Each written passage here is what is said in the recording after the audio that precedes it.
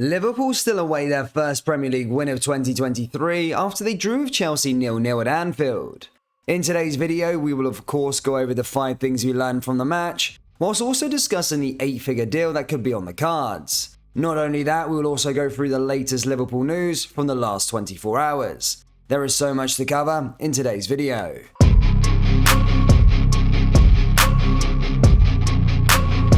And hello everybody, welcome back to the channel guys. Before we get into today's video, please do smash that like button and subscribe to the channel for daily Liverpool content. Jurgen Klopp marked his 1000th match as manager at home to Chelsea, but admits his coaching career almost never got off the ground. The 55-year-old German began at Mainz in 2001, where he took charge for the first time on February 28, 2001, just one day after being promoted from the playing staff.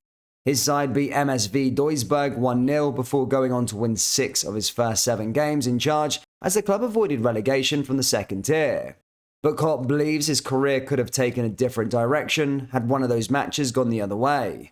He said, "From the first 7 games I think we won 6, and if we lost one more I think we would have been relegated. To win 5 from the first 7 would have been an outstanding number, and no one would have recognised it. You just go down to the 3rd league and a promising coach career would be finished before it's really started.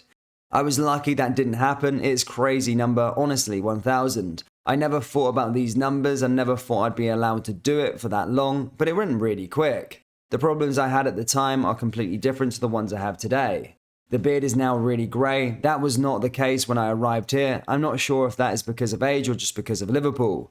It was not for 1 second boring. That is the best thing you can say about your working life, and the best thing I can imagine to do. I'm absolutely fine with the excitement, the pressure, the outstanding moments, and the lesser good moments is part of the deal. Nobody wins all of the time, and I know that early, so I don't expect it, but I still try to do it as often as somehow possible." Klopp spent 7 years at Mainz, whom got promoted to the top flight, then moved to Borussia Dortmund, where he broke Bayern Munich's Bundesliga stranglehold to back-to-back titles in 2011-2012. He brought up his 500th managerial game with a 5-0 win over Freiburg in September 2013, but eventually left Dortmund 3 years later. Then, well, you know the rest of the story. This is his record as manager, and as you can see, he's won 54% of total games, whilst drawing 24% and then losing 22%.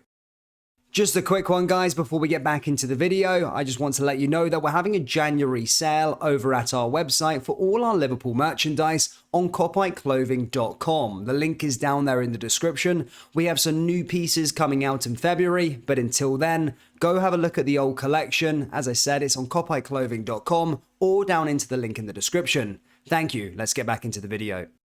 With Mason Mount still yet to extend his Chelsea contract, which is currently due to expire in 18 months, Liverpool are again being linked with a move for the England midfielder. According to The Guardian, Liverpool are putting plans in place to make a move for Mount, with Chelsea now stepping up their attempts to tie him to a new deal. The Guardian says there is now a growing prospect of Reds making a move as a part of an anticipated summer midfield revamp. Chelsea is said to remain optimistic that they will eventually convince Mount to stay, with the 24-year-old keen on a substantial increase on his £75,000 per week wage.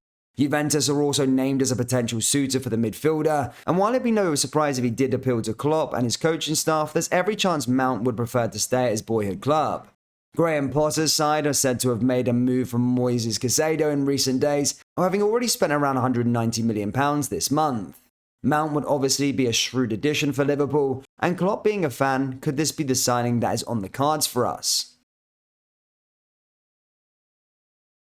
Speaking at Anfield ahead of Liverpool's Premier League clash with Chelsea on Saturday, Steven Gerrard made a personal plea to help the Reds sign Jude Bellingham. Gerrard, who was a part of BT Sports team covering the game at Anfield, was quizzed on Liverpool's issues in the midfield so far this season. When asked to single out a player he'd like to see join the club to address those problems, he spoke in glowing terms of Bellingham.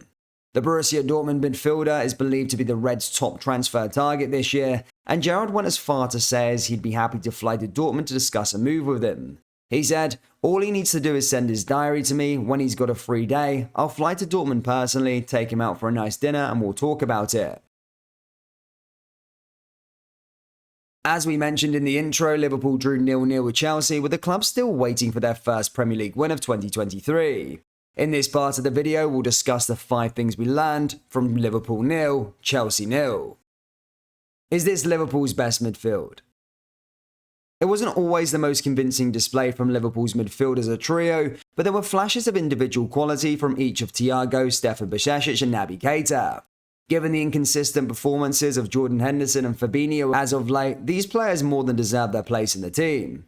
There would be an argument for Fabinho coming in to offer some height, but at the moment they are not losing much by having the Brazilian and the captain on the bench. Is the three of Bajcetic, Keita and Thiago Liverpool's best midfield at the time? Probably. Regardless, the young Bajcetic has certainly shown he is one of the best midfielders at the club currently, and given his selection for such a big game, Klopp seems to agree. The manager spoke of Bajcetic before the game, saying, "He deserves it, he's made massive steps with us, imagine if I didn't play him today. What would a footballer have to do to play? It was clear." Gakpo fails to take his chances. Liverpool's new signing had a few opportunities to get shots on target, but demonstrating some tension and impatience snatched at his chances. The first looked like a good chance as Salah played a ball back into the area from out wide. Gakpo got his body shape all wrong, leaning back and skying his shot into the stands. It would be unfair to call his second shot a good chance, but nevertheless, his execution of a shot from outside the area can still be judged. He had time to line the shot and blasted it into the Anfield Road stand. A header in the second half where he failed to let the ball drop. A more adventurous position was a header predictably over, but later Turner's shot was promising. The power he gets from his shots is encouraging, a bit more composure and consideration of his technique, and these shots could trouble goalkeepers from wherever they are hit. Mo Salah needs to find form. Mo Salah has been one of Liverpool's most important players in the last few years. The Egyptian has arguably been our best signing in a long time and has contributed extensively to our recent success. Known for his pace and finishing ability, Salah is widely regarded as one of the best players in the world. The 30-year-old enjoyed a spectacular debut season in the Premier League and carried his form into every season since. He's been extremely consistent for the Reds and is known for scoring on a regular basis, having won 3 Golden Boot awards. However, Salah has just scored 7 Premier League goals so far this season, a number that is poor by his own standards. With Liverpool desperately looking for inspiration this season, Salah will need to step up to give Liverpool any chance of qualifying for the Champions League next season. Not much to shout about. Previous incarnations of Liverpool would have fans on the edge and entertained throughout the game with a high-pressing, high-line, high-intensity play. Current Liverpool have gone for something safer, and in their attempts to be more compact and difficult to break down, they have sacrificed some of that edge-of-the-seat excitement. There is no longer heavy metal football, though there were occasional passages of quick passing. Liverpool also struggled to be a team who breaks an opposition through possession of the ball. There was a noticeable change at the start of the second half. The first 10 minutes of that period were played in Chelsea's half in front of the Kop, but they soon retreated into a lower block once the visitors recovered some possession. Without the pressing and with little probing possession, Jurgen Klopp's team are not really recognisable as the old Liverpool, and that can make for a less entertaining game as a result. Hopefully, once they get out of this rut, they can start releasing that heavy metal again. Mid-table battle.